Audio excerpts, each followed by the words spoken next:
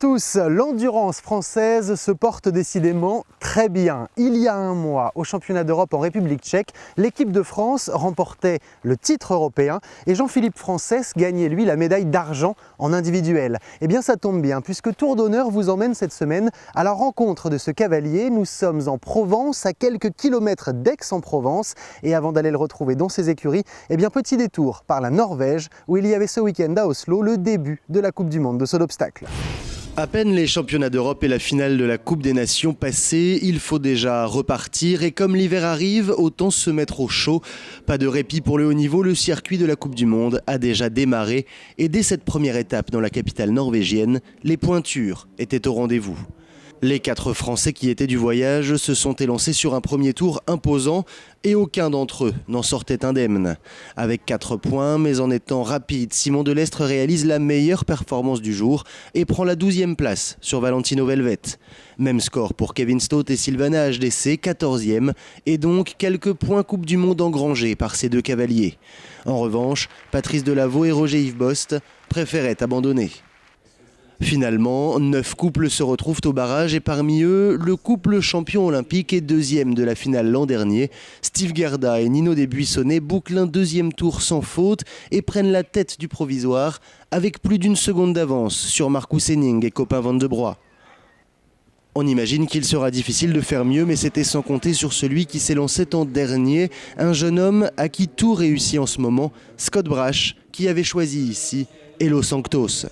Le médaillé de bronze des derniers championnats d'Europe enchaîne les sans faute avec beaucoup de sang-froid et il sait aussi aller vite, très vite même, au point qu'il améliore le chrono de Steve Gerda de plus de 2 secondes. C'est donc lui qui empoche les premiers 20 points de la Ligue Europe de l'Ouest. La route est encore longue avant la finale de Lyon, mais tous ont d'ores et déjà rendez-vous à Helsinki le week-end prochain. Et nous sommes donc arrivés dans les écuries de Jean-Philippe. Jean-Philippe, bonjour. Bonjour. Merci de nous recevoir ici. Alors, avant qu'on parle des exploits, des médailles, des championnats d'Europe, je voudrais qu'on parle un petit peu de ces installations. On est vraiment dans le sud de la France et ça respire le sud ici. Oui, on est vraiment en Provence. On est à quelques kilomètres d'Aix-en-Provence, sur la commune de Venelle. J'ai installé mes écuries début 2000 sur un domaine qui fait 25 hectares. Et on a petit à petit construit et adapté le site aux chevaux et à l'endurance en particulier. Il y a 60 chevaux sur le site, on a une trentaine de box avec donc beaucoup de paddocks, prairies. On a essayé d'aménager ça pour le confort des chevaux. J'ai une écurie de propriétaires, donc des gens qui pratiquent un peu toutes les disciplines. Et ma partie endurance, et donc pour les gens, on va dire, des disciplines olympiques, il y a une carrière, obstacle, etc., ronde de longe, mais qui est aussi utilisée par les chevaux d'endurance pour le travail sur le plat. Vous préparez vos chevaux comme dans beaucoup de disciplines, ça veut dire que vous ne faites pas que aller vous balader dans la forêt ou dans les sentiers alentours, vous utilisez aussi la carrière. Oui, l'endurance a changé, on essaie de travailler les chevaux sur le plat pour les avoir plus disponibles et avoir des chevaux plus rapide, qui tourne mieux, parce que les épreuves vont de plus en plus vite. Alors, comment ça se passe concrètement quand vous êtes à cheval sur la carrière avec un de vos chevaux d'endurance et notamment vos meilleurs chevaux? Vous travaillez sur quoi exactement? Donc on travaille surtout donc, avec des chevaux qui sont des pur sang arabe ou issus d'arabe, on va dire, qui ont un peu des défauts souvent d'équilibre, d'orientation. Donc on essaie de les réorienter, de leur faire un dos un peu plus fort. Et je m'attache surtout à ce qu'ils soient très symétriques pour éviter, on va dire, des défauts d'allure qui pourraient amener à des boiteries souvent postérieures au bout des longues distances. Donc ma priorité, c'est la symétrie et garder très droit. Et après, tout ça, un travail classique latéral, longitudinal, pour avoir des chevaux beaucoup plus disponibles et qui puissent évoluer au mieux en extérieur. Je voudrais qu'on parle un peu maintenant de Krafik, le cheval avec lequel vous avez eu vos médailles là, en République tchèque il y a un mois. Est-ce que pour amener un cheval justement comme Krafik à ce niveau-là, c'est un long travail? Alors Krafik, voilà, je l'ai acheté au milieu de ses 6 ans. Il a de suite montré dès ses 7 ans des qualités au-dessus de la norme. Ça c'est quoi par exemple les qualités comme ça au-dessus de la norme? Ça veut dire quoi? Qu'est-ce qu'on va regarder? Ce que je recherche maintenant, c'est des chevaux qui ont une vraie classe de galop. Les courses sont de plus en plus rapides, donc il faut vraiment des chevaux qui galopent très bien, associés à un métabolique qui permettent donc de ne pas perdre du temps quand on arrive au wet-gate et le plus important, une solidité. Toutes les éliminations, à 80-90%, viennent de problèmes de boiterie, donc il faut des chevaux très solides pour supporter les charges de travail et ce qu'on leur demande sur les courses. Et Krafik me semblait être un bon mélange de toutes ces qualités. Et je me suis attelé à lui faire un programme pour l'amener au plus haut niveau et surtout essayer d'aller au jeu. Donc j'ai échelonné ses programmes de course et d'entraînement en le montant en puissance. J'ai essayé de lui donner toute l'expérience que j'ai acquise depuis presque 20 ans maintenant, pour essayer de la mener au top en 2014. Oui, parce qu'il y a déjà eu pas mal de médailles avant. Alors justement, on va parler de l'avenir dans quelques instants, mais on va regarder maintenant un petit reportage à Uzès, puisqu'il y avait ce week-end beaucoup d'endurance et beaucoup d'engagés, surtout sur les finales jeunes chevaux d'endurance. Regardez. Pour sa 20e édition, la finale d'Uzès bat encore des records. Cette année, 734 chevaux étaient au départ et tous les passionnés et les professionnels de l'endurance se retrouvent ici sur ce rendez-vous unique au monde. C'est d'ailleurs le seul endroit où on a, au monde où on a une logique de formation avec en fer de lance une notion de préservation qui fait partie de la philosophie même de la SHF.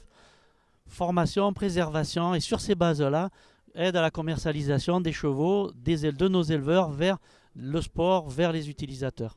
Ici, le commerce va toujours bon train. Les étrangers, notamment les fortunes des pays du Golfe, ont toujours l'œil rivé sur les chevaux français, qui sont certainement les meilleurs du monde et les mieux préparés. Mais toutes les bourses peuvent trouver leur bonheur. Tout le monde regarde les principaux acheteurs, bien entendu, c'est normal. Comme à table, on regarde le dessert un peu. Mais il faut quand même penser qu'il y a l'entrée, le plat de résistance et tout ça. Et il y a beaucoup de commerce qui se fait aussi, par exemple par les cavaliers qui vendent un cheval ici et puis qui rachètent un jeune pour continuer pour l'année d'après. Et puis aussi des utilisateurs, des cavaliers qui aiment la discipline et qui vont venir chez nous acheter le cheval à la hauteur de son portefeuille et de ses ambitions. Voilà. De nombreux chevaux présents ici se retrouveront plus tard au sommet de l'endurance mondiale. En tout cas, pour l'instant, 7 chevaux de 6 ans sont déjà repartis avec la mention élite. Jean-Philippe, Uzès, c'est un rendez-vous aussi sur lequel on vous voit tous les ans. C'est vraiment un rendez-vous important pour l'endurance, pour le marché aussi du cheval d'endurance. On parlait des qualités de chevaux juste avant. Là, on voit qu'il y a beaucoup de gens, beaucoup d'acheteurs, beaucoup d'observateurs. Oui, c'est devenu un événement très important en France. Bon, peut-être unique dans le monde vu le nombre de chevaux qui participent chaque année. Ça a bien sûr fait les beaux jours de plein d'acheteurs qui viennent faire leur marché avec tout ce qu'il faut sur place en 72 heures. Ouais, c'est facile justement quand on est français, quand on est en France, de conserver des chevaux parce qu'on sait que les chevaux français sont très bons, l'élevage fonctionne très bien. Mais il y a quand même des propositions parfois très alléchantes. Est-ce que garder un cheval ou un bon cheval comme Krafik par exemple, est-ce que c'est facile ?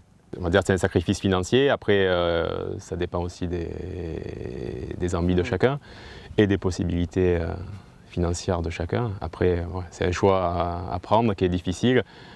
Avec Krafik, on a pris cette orientation. On verra si c'est la bonne. On vous l'a demandé justement, parce qu'après les championnats d'Europe, c'est un cheval qui gagne 2 médailles. Je pense qu'il a été regardé. On sait comment certains acheteurs fonctionnent. Ils sont à l'arrivée de la course. Est-ce qu'on vous l'a demandé ? Oui, ça va faire plus d'1 an maintenant qu'il est... où j'ai une pression qui est convoitée. Bon, on tient bon. Après, il y a bien sûr toujours un moment donné où on peut lâcher, mais suite aux offres des championnats d'Europe, on a toujours décidé de garder pour 2014. Les Jeux mondiaux, justement, moi je vous ai vu pendant les épreuves préparatoires. Comment est-ce que vous avez trouvé ça ? En allant en Normandie, on s'attendait tous à avoir un parcours beaucoup plus roulant et plat sur la plage. Et après réflexion, peut-être ça peut être un parcours qui est beaucoup plus technique et qui pourra favoriser les Européens et les Français pour contrer les Émirats. De tirer encore une fois votre épingle du jeu, parce qu'en général, ça marche quand même plutôt bien pour l'équipe de France dans les grands rendez-vous. Ça va. Bon, alors, est-ce qu'il y aurait une petite revanche à prendre si vous êtes aux Jeux mondiaux par rapport à 2010 ? Où vous avez terminé 4e, on s'en souvient, il y avait la joie de la 4e place, de la médaille pour les filles de l'équipe, mais on sentait quand même que c'était un peu rageant. Est-ce que si on y va, il y a une petite revanche à prendre ? Oui, une grosse. D'accord. Par rapport à quoi ? Je pense qu'il y a eu des petits litiges, notamment sur certains jugements vétérinaires, et je pense que j'aurais dû avoir la médaille de bronze, notamment sur le dernier contrôle final. Ouais. Les vétérinaires ont jugé autrement, mais bon, je pense que c'était tout le public a vu ce petit problème de jugement. Ouais, pour beaucoup de gens, c'est vous qui étiez médaille de bronze de toute façon. Mais est-ce que depuis 2010, ce genre de petits problèmes, on va dire ça comme ça, vous avez l'impression que ça s'arrange dans votre discipline? Parce que c'est un petit peu ce qui fait défaut aussi à la discipline. Est-ce que voilà, de mettre l'accent un petit peu dessus, ça fait changer les choses? Je pense qu'il faut le faire, parce que ça porte préjudice à la discipline.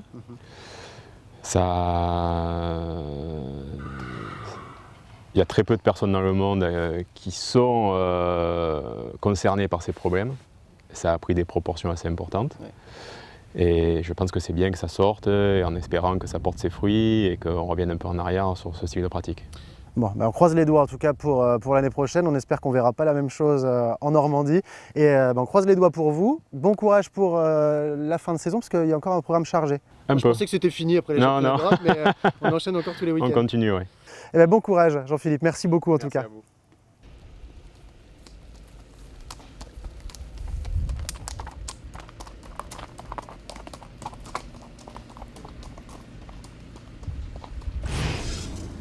On a parlé d'Uzès tout à l'heure avec les finales jeunes chevaux d'endurance. Et bien place maintenant à d'autres finales de jeunes chevaux qui se sont déroulées le week-end dernier. Direction Compiègne pour parler d'attelage.